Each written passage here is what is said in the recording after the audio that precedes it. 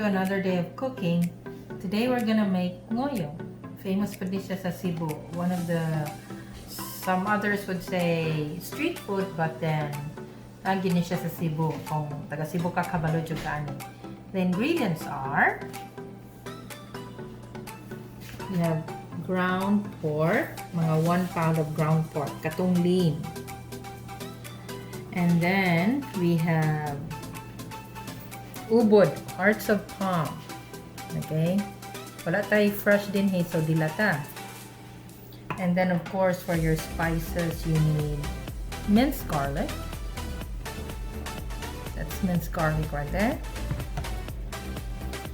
Half of this onion, wala itong gamitan.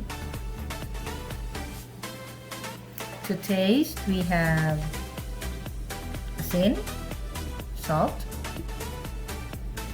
black pepper, vetsin, gamay lang gid kayang ibutang, and then our special ingredient, Chinese 5 spice. Okay? Okay. So after you make your filling and so say mong nguyong, so imo na siyang kuston, of course. It's just like lumpia. So mo na akong ginagamit nga wrapper. Usually kani siya nga brand or this other one. Mapalit ni namo siya din sa Filipino store. And then as you cook the ngoyong, and I'll show you later kung saan pagputos. So this will be 3 major steps.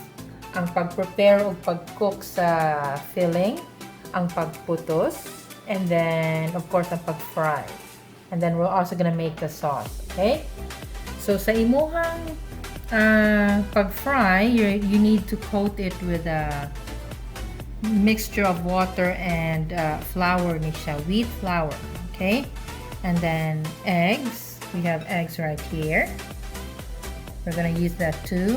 And then to make the sauce, you need vinegar, soy sauce, onion, and of course minced garlic as well. Okay, so we're gonna show everything to you.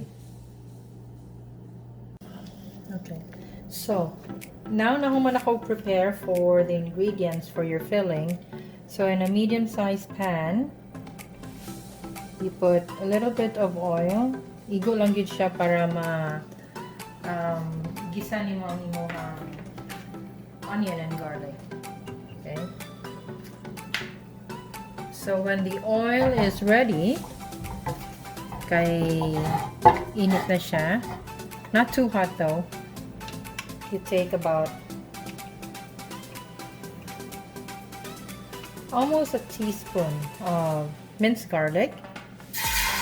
Okay. You can hear that.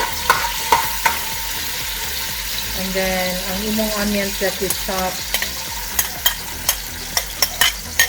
in small pieces, not too fine, grigo lang. And then, you saute it, igisa mo for about 2 minutes until the onion is cooked.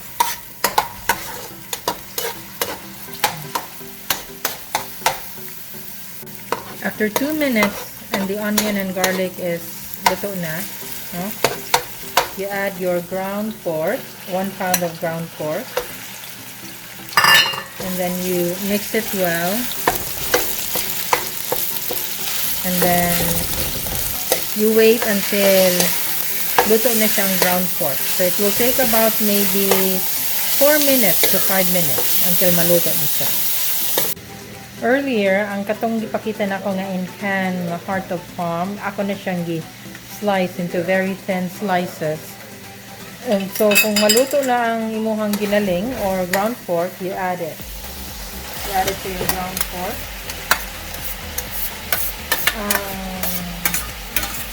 Ngoyong is basically kaning ubod with a little bit of meat. So that's why hindi ma-notice daghan kayo ang ubod compared to the meat, because this is not lumpia Shanghai, this is ngoyong. Okay, and let it cook for about 2 minutes. And now we're gonna season our mixture with salt. Okay. Mga siguro half a teaspoon of salt. Igo na siya.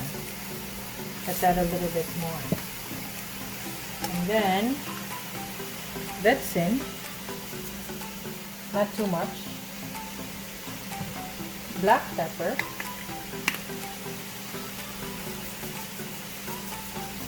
I like my ngoyong with plenty of black pepper, so. And then of course, ang atong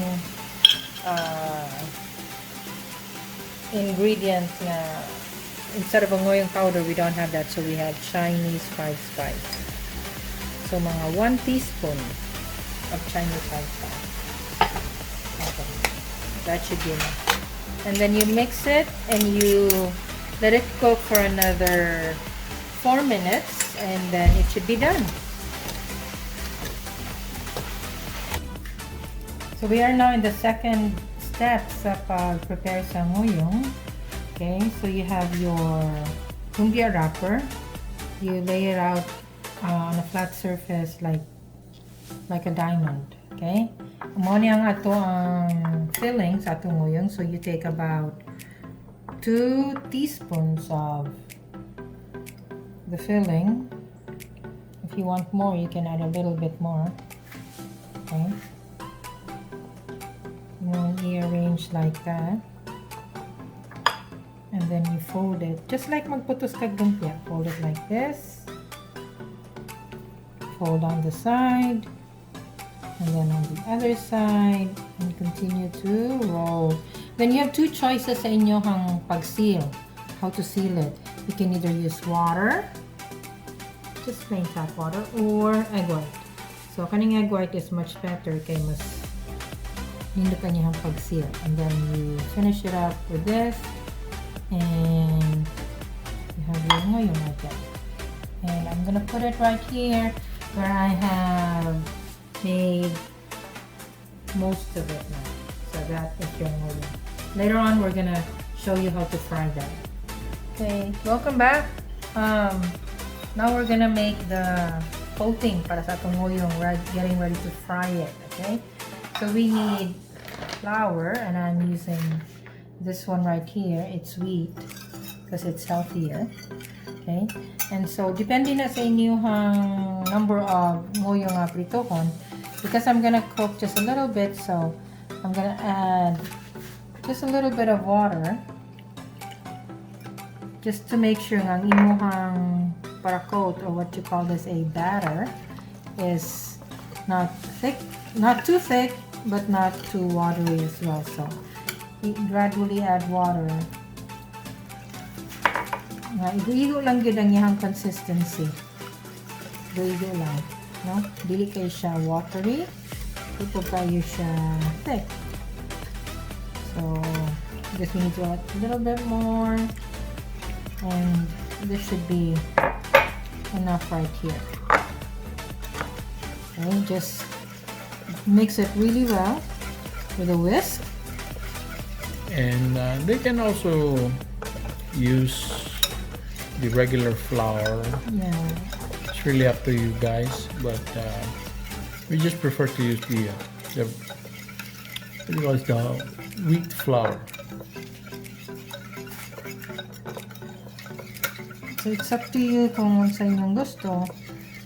But because we're used to eating wheat bread, so mo ni siya ang ginagamit. Okay? So this one's ready. Notice nga dili kayo siya watery, at the same time di pud siya kayo thick. So making siya ka making sure na walay lumps. So Yes. the consistency should be like this. Okay? Okay, what's this, Mama? Next. So that's egg. Imo na siyang what do you call that? Beef. Beaten egg, or the bapig. And we're gonna use that too. So, ready? Okay, so here we have a saucepan, a big one with cooking oil. Now make sure it's hot enough and we're ready to cook. So you take your ngoyong and you dip it well in your beaten egg. No, katong itlog nga gibatil. And then from there, you take it from the egg to your other coating material, the batter, okay? And then you put it in the oil.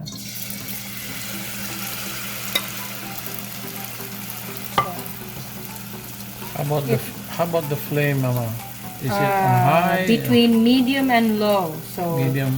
para di kay siya it only takes mga 1 minute or 2 kay luto naman ang inside ani. You're just mainly cooking the outside or the wrapper and the coating. Okay?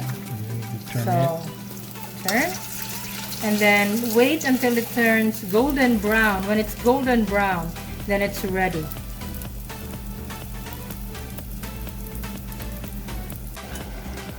As you're frying your ngoyong, please check once in a while para dili siya ma-overcook, making sure that you turn it para even ang cooking on all sides. So we're gonna turn it right now. It's a little bit of difficulty kay murag matuyok siya. Okay? So when it gets to this color, a little bit browner than this one, correct ba ito? Brown, mas brown pa, then that's it. Or golden brown. Golden brown, that's the word, golden brown. Okay? So I'm just gonna hold it like this para ma-cook evenly. Okay.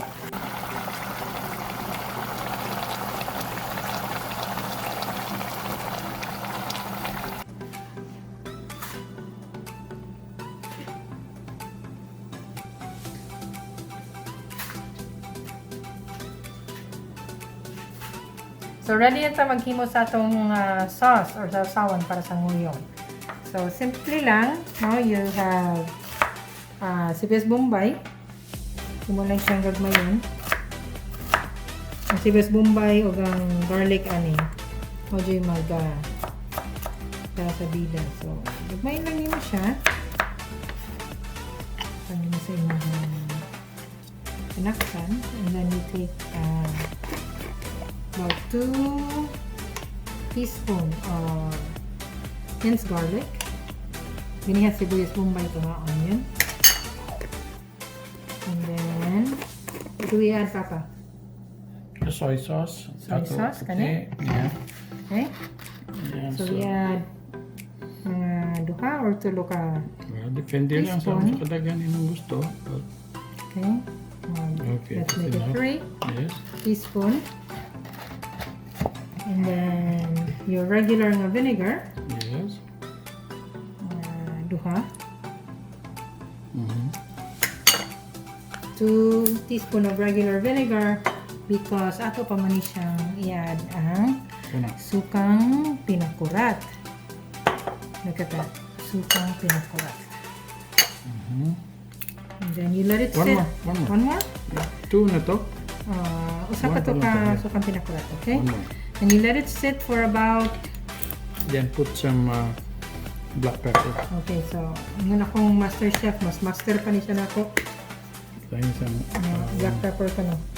Little bit lang. No? And then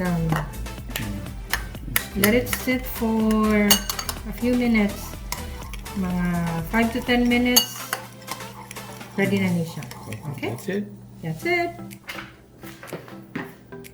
Hello. Oh, abot na sila. Stop. I better taste your mom's cooking. Who's cooking? Guess what?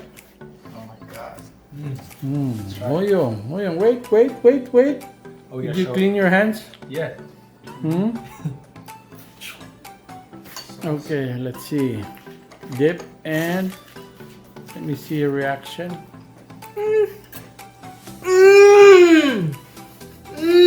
What is this? That was good. Woo! Good. Huh? Woo! Woo. Good. Good. So again, dip it there. Okay, so Mama.